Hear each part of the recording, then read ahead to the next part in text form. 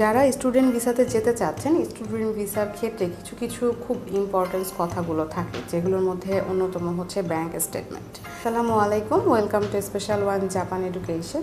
জাপানে যারা এপ্রিল 2027 সেশনে স্টুডেন্ট ভিসাতে গমন করতে যাচ্ছেন, তাদের কিছু বিষয় নিয়ে আজকে আমাদের এই পর্ব।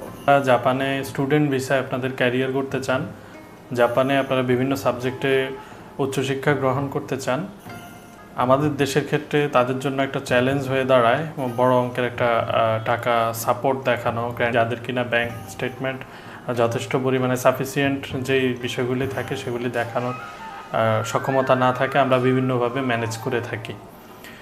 এই শ্রেণীর যেই বড় সংখ্যক শিক্ষার্থীর একটা সেগমেন্ট আছে, তাদের জন্য একটা বড় দুঃসংবাদ হচ্ছে রিসেন্টলি কিছু জিনিস কিছু এম্বাসির দৃষ্টিতে চলে এসেছে। বিশেষ করে অন্যান্য দেশের ক্ষেত্রে তো সরাসরি স্টেটমেন্ট ফাঁস হয়ে যাচ্ছে, বাংলাদেশ থেকে অনেক শিক্ষার্থীও ইমেল পাঠিয়ে তাদেরকে ইনফর্ম করছে যে ফেক স্টেটমেন্ট শো করা বা বিভিন্নভাবে ম্যানেজ করা স্টেটমেন্টগুলোর কারণে বিভিন্ন জেনুইন স্টুডেন্টের ভবিষ্যৎ নষ্ট হচ্ছে। এটা আসলে দুঃখজনক। আমরা যারা বিদেশে পড়াশোনা করতে যাব, আমরা কোনো ফ্রডুলেন্ট পথ অবলম্বন না করে সঠিকভাবে পূর্ব থেকে প্রস্তুতি যদি নিতে পারি, তাহলে আমাদের কোনোভাবেই প্রয়োজন হয় না কোনোভাবে ফেকভাবে এগুলো ম্যানেজ করার। সেকেন্ড কথা হচ্ছে, এইভাবে আমরা অন্যের ক্ষতি না করলেও পারি।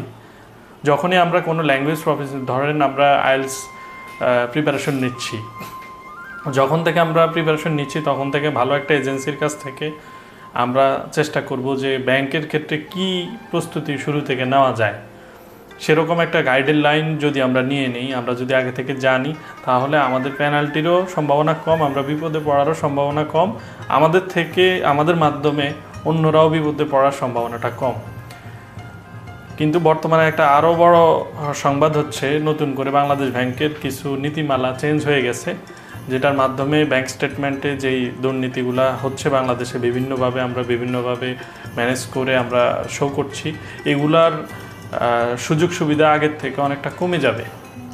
শুধুমাত্র ব্যাংক স্টেটমেন্টই নয়, তার সাথে অ্যারাউন্ড 24 থেকে 32টা ডকুমেন্ট আপনাকে শো করতে হবে। আর সবচাইতে বেশি গুরুত্বপূর্ণ যেটা হচ্ছে আপনার জাপানিজ ল্যাঙ্গুয়েজ প্রফিসিয়েন্সি সার্টিফিকেট।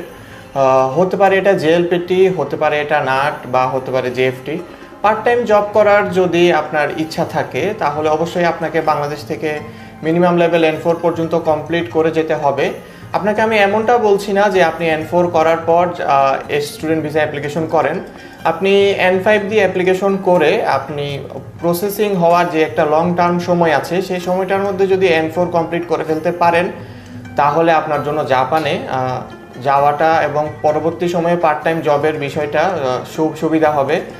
আমাদের প্রতিষ্ঠানে বর্তমানে Japanese language level N5, N4, তার পাশাপাশি জেএফটি কোর্সে চলছে বিশেষ ডিসকাউন্ট। আপনারা যারা ভর্তি হতে চাচ্ছেন, আমাদের প্রতিষ্ঠানে সরাসরি চলে আসতে পারেন। আমাদের প্রতিষ্ঠানের ঠিকানা এবং মোবাইল নাম্বার ডেসক্রিপশনে দেওয়া থাকবে। আর তার পাশাপাশি স্টুডেন্ট ভিসায় অ্যাপ্লিকেশনের সময় যে সকল ডকুমেন্টসগুলো প্রয়োজন, এগুলো সম্পর্কে বিস্তারিত জানার জন্য এবং কিভাবে পেনাল্টিবিহীন আপনি অ্যাপ্লিকেশন করতে পারেন, এক চান্সে আপনার সিওই সাকসেস হয়, এই সকল বিস্তারিত জানার জন্য আমরা আগামী 7 তারিখ একটা সেমিনারের আয়োজন করেছি। আপনারা চাইলে সরাসরি আমাদের সেমিনারে অংশ নিয়ে এ সকল বিস্তারিত ধারণা নিয়ে যেতে পারেন। সেমিনারে অংশগ্রহণ করার জন্য ডেসক্রিপশনে একটি লিঙ্ক দেওয়া আছে, আপনারা লিঙ্কে যাবতীয় তথ্য দিয়ে সাবমিট করে দেবেন। ধন্যবাদ সবাইকে। আসসালামু আলাইকুম।